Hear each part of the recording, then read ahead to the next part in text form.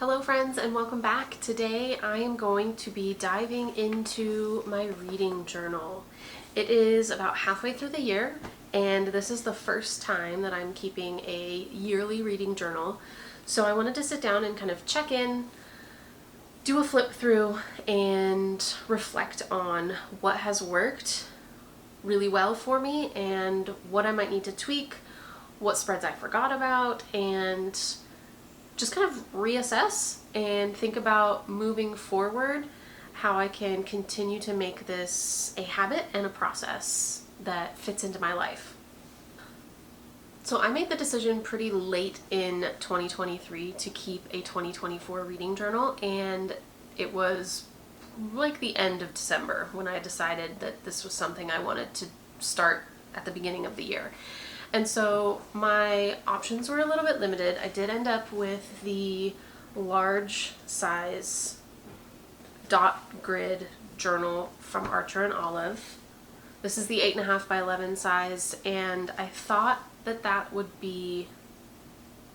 Okay, here's what happened. I deluded myself into thinking that this would be the best option for me because it was one of the only options left on the website that I could get in time. So I told myself that having a larger page would be way more beneficial and would be something that would work out really well for me. And I was wrong. Yeah, I was wrong. So this year I will be purchasing my 2025 journal with plenty of time to choose the one that I want and the size that I want. Because what I'm finding is I can fit so much on one page, and because of that, I have a ton of extra pages left over. So there's going to be a lot of wasted space in this bad boy at the end of the year, unfortunately. And so there are some things that I've learned along the way as I've gotten to the halfway point this year, and I am pretty proud of myself for continuing the habit. I have tried paper planning, I've tried bullet journaling, I've tried doing, all kinds of things like that in the past, and they typically fall off very quickly. I can't keep it up as a regular routine. So I am pretty proud of myself for making it to the halfway point. I love the idea of one day having just a shelf full of volumes of journals like this that I can flip through and think back to different times of my life, what I was reading, and how they spoke to me. With that being said, I do know that there are a couple of grand ideas I had at the beginning of the year that I have not kept up with. So I'm going to dive in, flip through, do a little reflecting on what has worked, what I haven't been able to keep up with, and how I might be able to tweak certain things to fit into my routine better when it comes to updating my reading journal. So if you'd like to see how I've gotten along so far this year and which spreads have fallen to the wayside and which spreads work really well for me, let's dig in and let's start flipping through. Okay, so on the inner cover, I created this spread just to kind of cover up what was there. And then the first page, which is really kind of not usable, I put a table of contents there, which I haven't filled in yet. My intention is to go back and fill in once the year is over and I'm done using this particular journal. So first up, I have a spread to track social media stats, which clearly I have definitely used. So I can probably cut that page out for next year, unless I really buckle down this year and start using it. I also have a page to track the reading goals that I set for myself for the year. It's been a couple of months since I updated it, so I'm going to have to go back through my Goodreads and check and count and see what books I read that I can fill in for these goals. Next, I have my number of books read in 2024 spread. This is another one that I need to catch up on, and I think next year I'd like to incorporate a way to display the titles. So I've seen some people create an illustration of like books on a shelf and they fill in the titles as they read a book. So I might do something like that. And then I have my book bracket for 2024, which is intentionally left blank. I'm going to calculate it all out at the end of the year because I just have this feeling like if I pick a favorite every month, some months' favorites are not going to be worthy of being in the book bracket just because I'm picking from that month. And I might have a month where I read 2 or 3 phenomenal books. So I want to wait until the end of the year to figure out the book bracket so that I don't run into that kind of situation.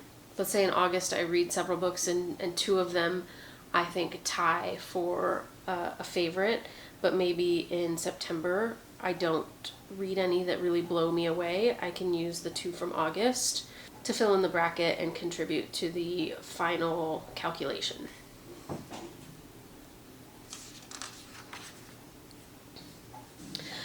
Okay, next up are 2 spreads that I have used sporadically throughout the year so far, my anticipated releases calendar and my series tracker. I do have one that I need to fill in here that I haven't updated yet, and I have a couple other series that I can add to this that I've been working my way through as well. Next up is books bought by month, which has not been a usable spread for me at all because I haven't kept track of that in the least. On this page, I'm going to create a author backlist spread. When I put the journal together, I really only had one author that I knew that I wanted to read their backlist, and so I wanted to wait until I knew that there were more authors that I could add to it so I could figure out how I wanted to lay it out. Now this spread makes me so sad because I love collecting quotes and I highlight and I annotate, but I just never think to then add them into the reading journal.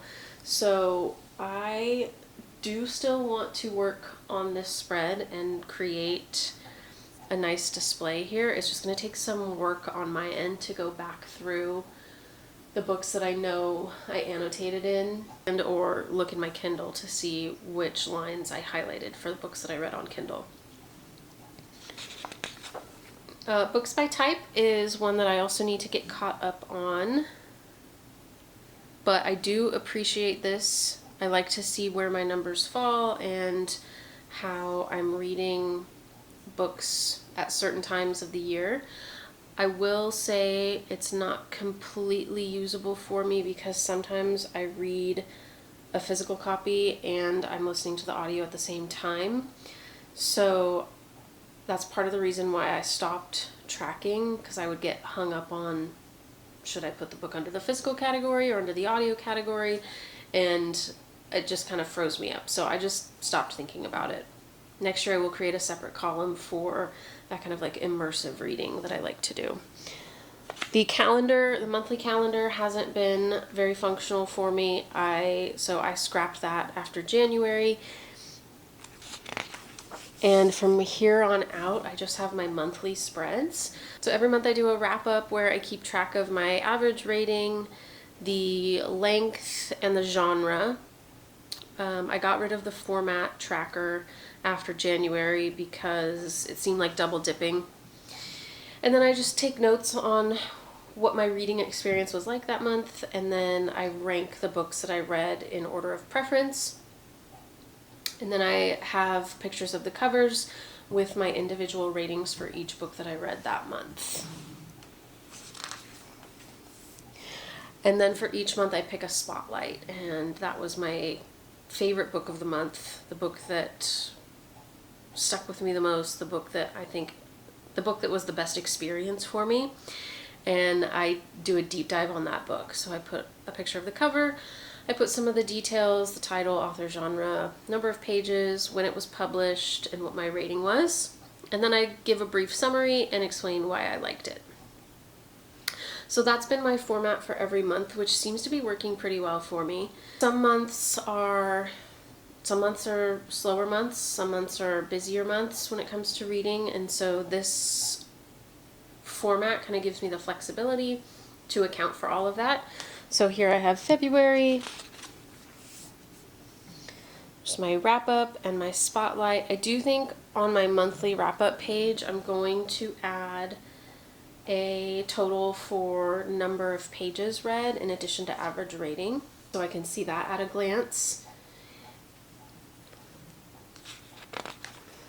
Okay, here's March wrap up and covers,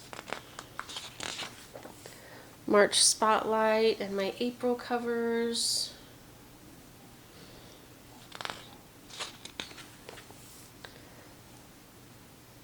April wrap up, April spotlight.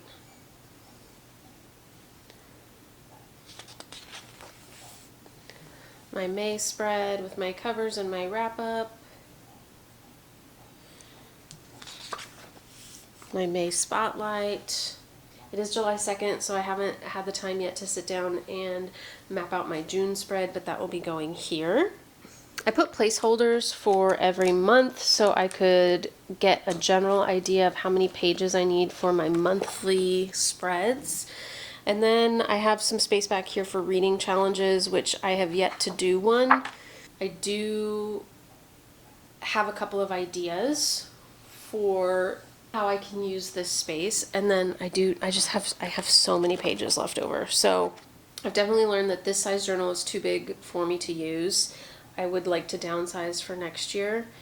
So some of the things I'm kind of toying around with all of these extra pages that I have in my reading journal is to create a trope tracker. I've started to identify what some of my favorite tropes are in different books, and creating a spread that documents what I read this year that includes those tropes. And I do have a couple of ideas for some reading challenges that I'd like to either find and join or create myself. So that is what I've got in my reading journal so far this year. We're at about the halfway point. There are definitely some things that I've learned in the process, and I think that next year I'll be getting a much smaller size. I ordered this one very late in December, and it was kind of like all they had left, so I kind of had to take what I could get in that regard. However, I do see practically how a much smaller size would be better for this particular purpose. I think overall I really like the idea of having my reading documented throughout the year, and I love the idea of one day having just kind of like a shelf full of volumes where I can go through and look at the things that I read, 5-10 years ago. And it's definitely a process that I want to continue on throughout my life. I do see how I was a little over enthusiastic with some of the spreads that I created, and how maybe this format might not be the best for tracking certain things, specifically my social media stats. I just don't think that this is the place for that. So that is one that I'll probably just cut completely for next year. And then there are some spreads that, like I said, I'm disappointed that I haven't kept up with them, that I haven't taken the time to continue to add to them. Specifically the favorite quotes spread. I love collecting quotes from things that I've read, and in theory I thought that this would be a great way for me to collect quotes and keep them in one place.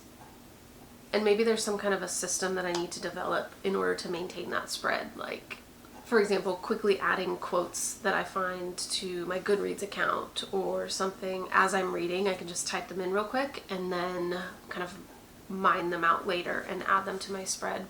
I think I need some kind of in-between there in order to make that spread work and to be able to maintain it. I have found that keeping this reading journal has helped me to remember the books that I've read more clearly.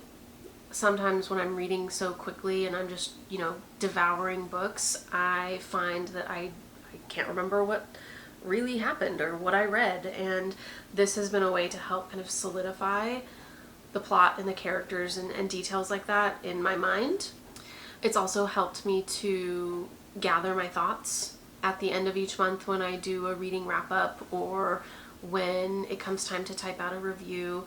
Then I have a place where I've already kind of started that process and it doesn't make it so daunting. So that's about where I'm at with my reading journal. Halfway through the year, I am pretty proud of myself for keeping up with the process this far. And like I said, it is something that I would love to continue doing long term.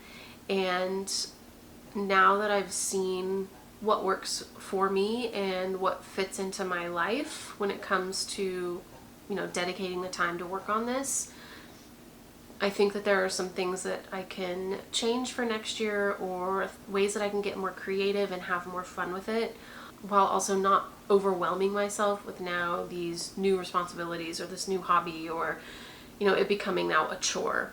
That's what I want to avoid. And so I'd love to get more into creating more elaborate spreads, not elaborate, more detailed spreads, adding more detail to spreads, and allowing myself to kind of get more artistic and creative, whether that's creating kind of like a mood board for a book, or decorating my monthly spread with stickers and doodles and things like that. I can definitely see myself moving in that direction. I also love seeing what other people create in their own reading journals and what spreads they find really useful.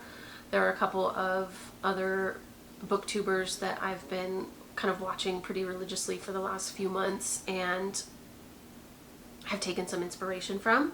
So I'm going to link their pages down below if you are interested in looking for additional ideas.